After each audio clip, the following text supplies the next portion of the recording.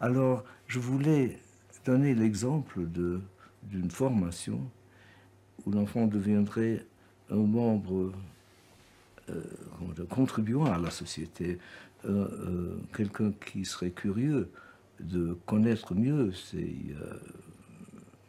ses voisins, quelqu'un qui contribuerait à la vie sociale. Et en effet, ces enfants, soit à mon école en Angleterre, soit ce sont de bons citoyens. Mais j'ai toujours considéré que la musique, c'était quelque chose qui pouvait aider, qui pouvait servir à l'harmonie non seulement musicale, mais sociale. Et que j'avais le rêve, quand j'étais enfant, je jouais la chaconne.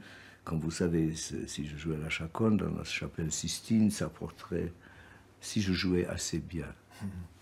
Et si ça n'apportait pas la paix dans le monde, c'est que je n'avais pas assez bien joué. Et quand on voit les catastrophes qui se passent maintenant dans le monde, même les catastrophes naturelles qui sont en partie causées par l'homme, mais d'autres terribles choses qui se passent, mais nous savons bien en Bosnie, en l'ancienne Yougoslavie, et en Orient, et en Afrique, et dans l'Amérique centrale, enfin partout, et même aujourd'hui des enfants qui sont déjà des terroristes à l'âge de 10 ans.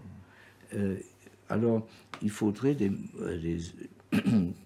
étudier ces conditions, la génocide et tout, et trouver comment on peut arriver à former un homme pour atténuer cette violence. Ce que je fais est absolument naturel. Je ne cherche pas sensation, je fais ce que je trouve important pour l'avenir, pour nos enfants, pour la terre, pour nos relations avec la nature, avec les hommes, avec les animaux, avec les forêts. Je trouve c'est important. Et je trouve aussi qu'il y a des politiciens, malgré que la plupart ne peuvent pas aboutir à un traité de paix, ils ne comprennent que des lignes géographiques qui séparent les groupes. Tandis que moi, je veux qu'ils vivent ensemble, mais se respectant les cultures, qu'il y ait des centres de culture, mais pas des frontières entre des États. La musique est beaucoup de choses.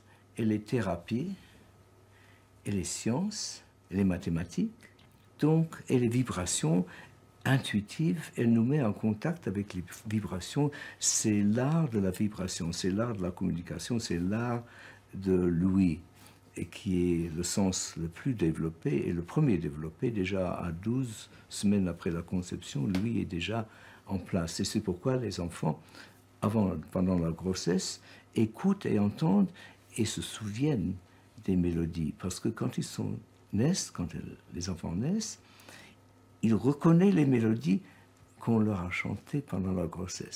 Je suis religieux, mais j'appartiens pas à une religion exclusive, une religion qui dit nous avons la vérité et les autres ne connaissent pas la vérité. Parce que je trouve que les religions établies toujours sont au service des États et des guerres. Ils bénissent les canons de tous les côtés. En Serbie, c'est les grecs orthodoxes. Chez nous, ce sont les catholiques, protestants. Je ne sais pas, les juifs font le même en Israël maintenant. Et ils vendent des armes. Je ne sais pas s'ils vendent les armes inclus la bénédiction. Qu'est-ce que vous pensez? Et donc, je suis religieux, dans le sens que je crois il faut admettre qu'on appartient on fait partie de l'infini, de l'éternité. On est là pour toujours, dans différentes conditions. Maintenant, nous vivons, mais finalement, on rentre, les parties se détachent en plus petites, et ça se refait quelque part, on ne sait pas comment. Maintenant, s'il y a une continuité de l'esprit, de l'âme, qui sait, peut-être ça existe, mais on ne sait pas.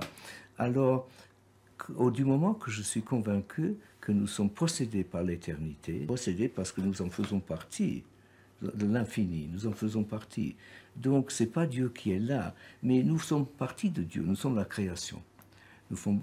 Il n'a pas travaillé pendant 6 jours et a dit maintenant, voilà. Et s'il a fait ça, il nous a laissé le libre arbitre.